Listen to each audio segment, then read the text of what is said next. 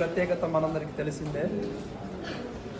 భాగంగా మన పాఠశాల మహిళా ఉపాధ్యాయులందరినీ కూడా పేరు పేరున స్టేజ్ అలంకరించవలసిందిగా ఆహ్వానిస్తున్నాం. చప్పట్లతో ప్రతిభ మేడం, సంస్కృతి మేడం, కల్పన మేడం,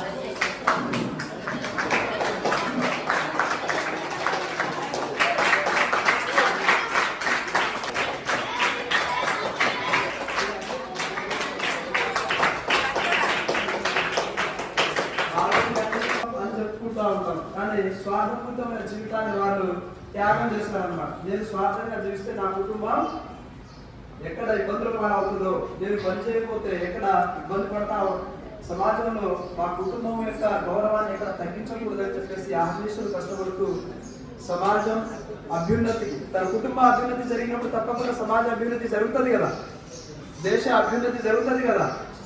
అందుకోసం ఆహ్వానిస్తులు పాల్గొంటున్నటువంటి మహిళామణులందరికీ ఈ అంతర్జాతీయ మహిళా దినోత్సవ శుభాకాంక్షలు తెలియజేయడానికి, తర్వాత మన స్కూల్ మన పాఠశాలలో మహిళామణులు ఉన్నారా లేరా?